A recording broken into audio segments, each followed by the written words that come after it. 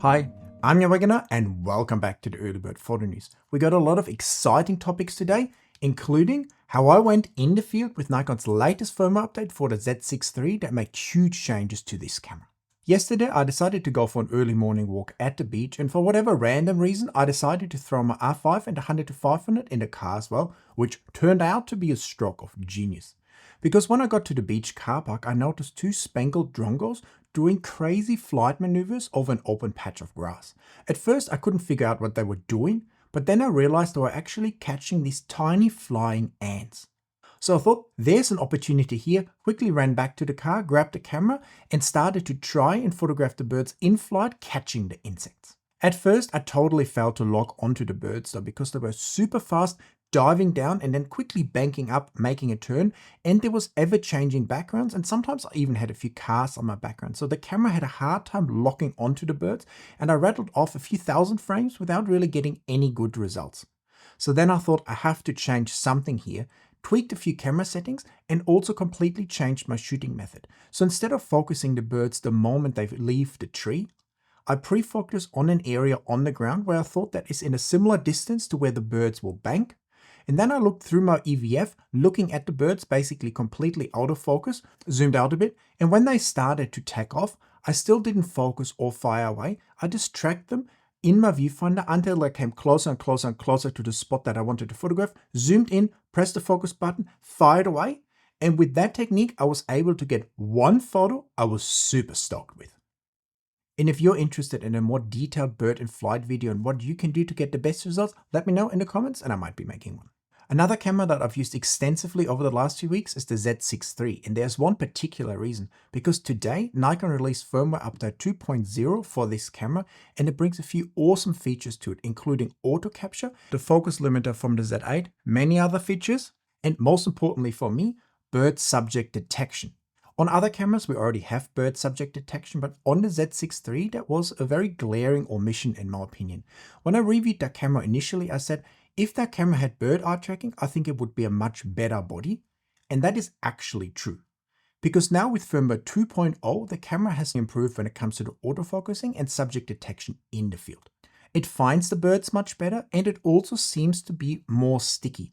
In the past, it had the tendency to always jump on and off your subject in a series of images, and while that still sometimes happens, it seems to be much reduced, which was fantastic to see. If someone had asked me before the firmware update where I would rank the Z6 III, I would have said it's closer to a Z5 II than a Z8.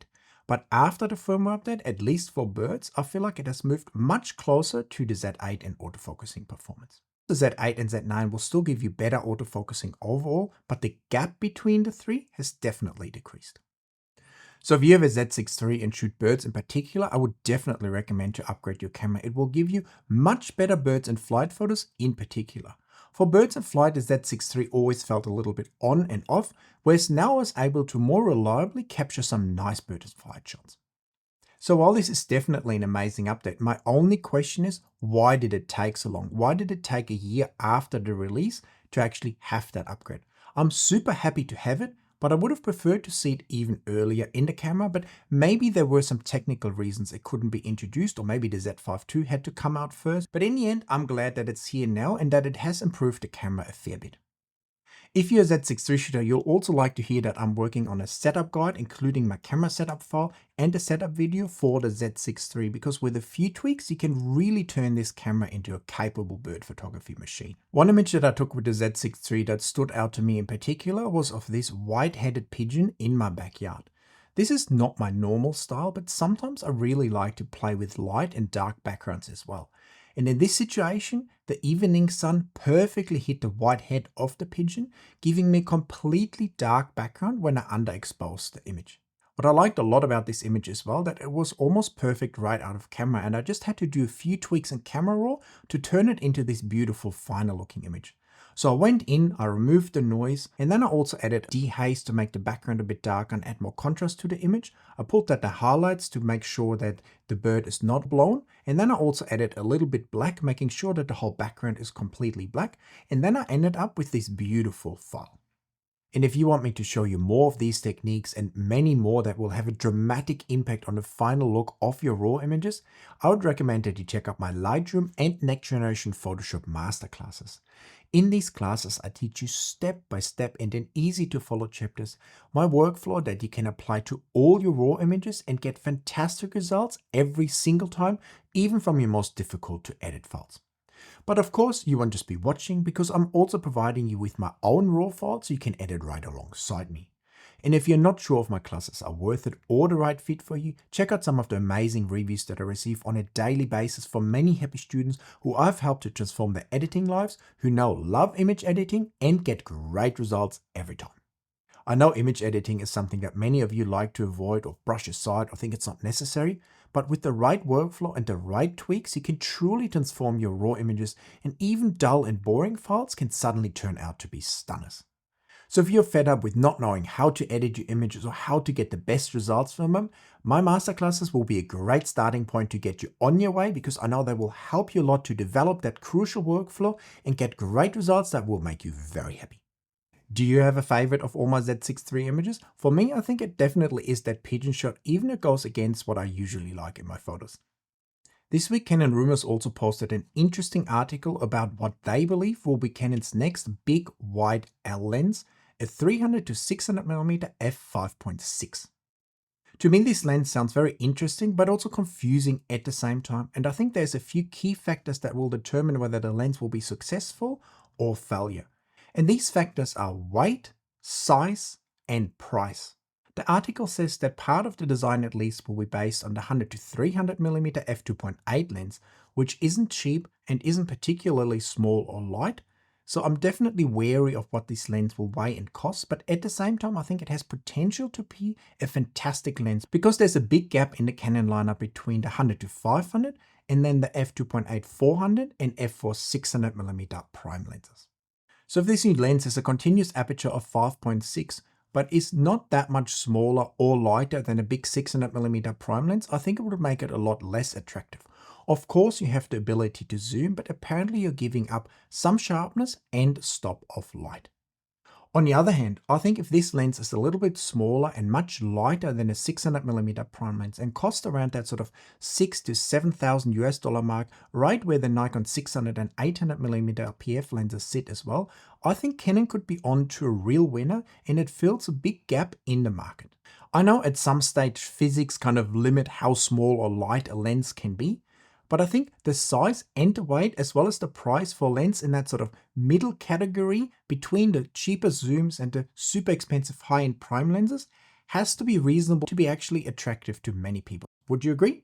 Of course, if you don't have a big prime lens and don't want to spend the money on one, then the size and weight may not matter as much, but the price will probably be a very determining factor then. My shooting style has definitely changed over the last few years, and so a nice, sharp, fast zoom lens is definitely something that I would love to add to my lens setup, because it would allow me to sometimes shoot a little bit wider in the field if I wanted to do so.